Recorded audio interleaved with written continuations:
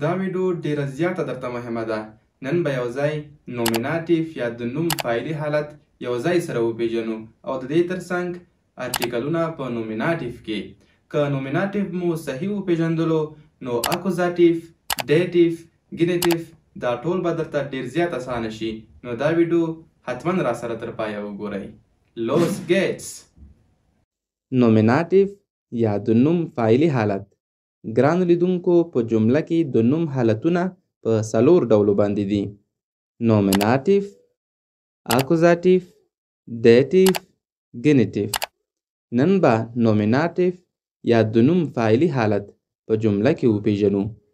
ګران لیدونکو که د جملې د جوړښت اړوند ویډیو مو لا نه وي لیدلې، هیله ده چې زموږ د یوټیوب چینل ته ورشئ او دا ویډیو در سره حتما وګورئ ترڅو په دې لوست ښه پوهه شئ. په هر حال دلته ورته یوه لنډه کتنه کوو. ذاتس جمله مساوي کیږي د زوبیکت، فاعل، جمع، ویب یا فعل. یعنی که چیرې په یوه جمله کې فعل او فاعل دواړه وي نو زموږ جمله یوه مکمله جمله ده. راځئ چې لومړی نومیناتیف وپیژنو. ویلی شو چې پغونومن یا ضمیر او نومن یا نوم اصلي بڼې ته نومیناتیف ویل کیږي، او یا همداسې چې په جمله کې زوبیکت یا فاعل ته نومیناتیف ویل کیږي. لکه څرنګه چې مو ویلي وو چې په جمله کې زوبیکت به یا پغونومن وي یا نومن وي. او ګرانو لیدونکو که د پغونومن یا د ضمیر ویډیو مو هم لا نه وي لیدلي، هیله ده چې زموږ د یوټیوب چینل ته ورشئ او دا ویډیو در سره هم حتما وګورئ ترڅو په دې لوست باندې ښه پوهه شئ. نو د پغونومن یا ضمیر او نومن یا د نوم اصلي بڼې ته نومیناتیف ویل کیږي. راځئ چې اوس ځینې مثالونه یو ځای سره کار کړو. ایش شغایبه اتواس، زه یو څه لیکم. ګرانو لیدونکو دلته ایش پرسونال پغونومن یا شخصي ضمیر او یا هم زوبیکت دی او ایش په نومیناتیف حالت کې دی. Das Auto ist kaputt. موټر خراب دی. اوټو زموږ زوبیکت یا فاعل دی او اوټو په نومیناتیف حالت کې دی. ګران لیدونکو په ویا او وس په دغه دوو پوښتنو باندې تاسو کولی شئ نومیناتیف ډیر په اسانۍ سره وپیژنئ. ویا په معنا د څوک او وس په معنا د څه.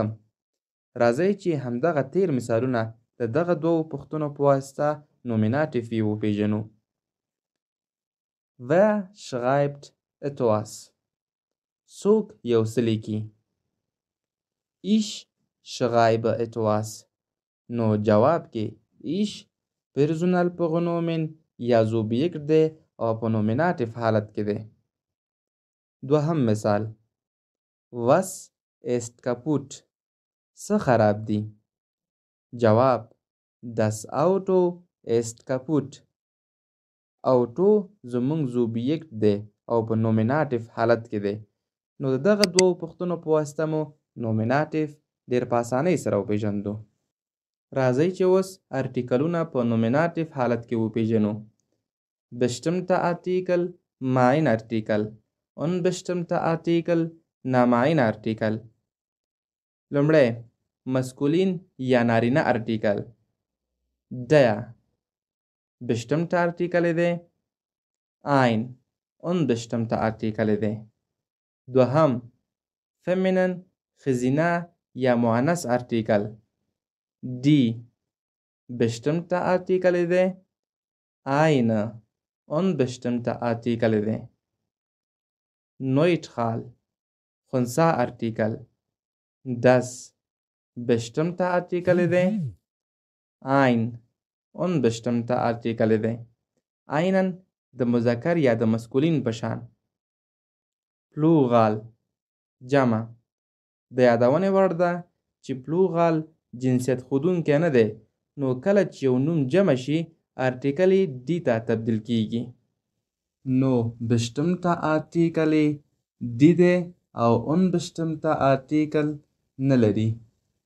ګرانو لیدونکو که ارټیکلونه صحیح نه پیژنئ زموږ یوټیوب چینل ته ورشئ هلته مو په ارټیکلونو مکمل بحث کړی دی. راځئ چې اوس ځینې مثالونه یو ځای سره کار کړو. Der Baum ist grün. ونه شنه ده. Das ist ein Baum. دا یوه ونه ده. لکه څرنګه چې ګورئ د باوم ارټیکل مسکولین دی، نو bestimmte Artikel یې der دی او unbestimmte Artikel یې ein دی. Die Frau ist krank. ښځه ناروغه ده.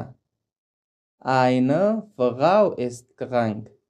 یوه ښځه ناروغه ده. لکه څرنګه چې ګورئ د Frau ارټیکل فیمینن دی، نو bestimmte Artikel یې die دی او unbestimmte Artikel یې eine دی. Das Auto ist kaputt. موټر خراب دی. Ein Auto ist kaputt. یو موټر خراب دی. لکه څرنګه چې ګورئ د auto ارټیکل Neutral دی، نو bestimmte Artikel یې das دی او unbestimmte Artikel یې ein دی. einen لکه مذکر ارټیکل په شان. ګرانو لیدونکو راځئ چې اوس نیګټیو ارټیکل یا منفي ارټیکل په نومیناتیو حالت کې وپیژنو.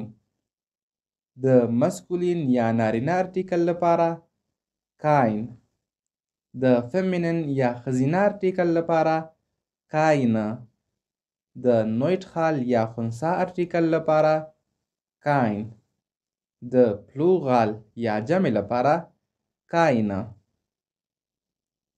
راځئ چې اوس ځینې مثالونه یو ځای سره کار کړو. Er ist kein Lehrer. هغه معلم نه دی. لکه څرنګه چې ګورئ د لیغه ارټیکل مسکولین یا نارینه دی، نو نیگیټیو ارټیکل یې کاین کیږي. Das ist kein Buch. دا کتاب نه دی. لکه څرنګه چې ګورئ د بوخ ارټیکل نویټرال یا خنثی دی او نیگیټیو ارټیکل یې کاین دی. Das ist keine Lampe. دا څراغ نه دی. لکه څرنګه چې ګورئ د لمپ ارټیکل فیمینن یا ښځینه دی او نیگیټیو ارټیکل یې کاینه دی. د جمع منفي ارټیکل په نومیناتیو حالت کې Das sind keine Studenten. دا زده کوونکي نه دي.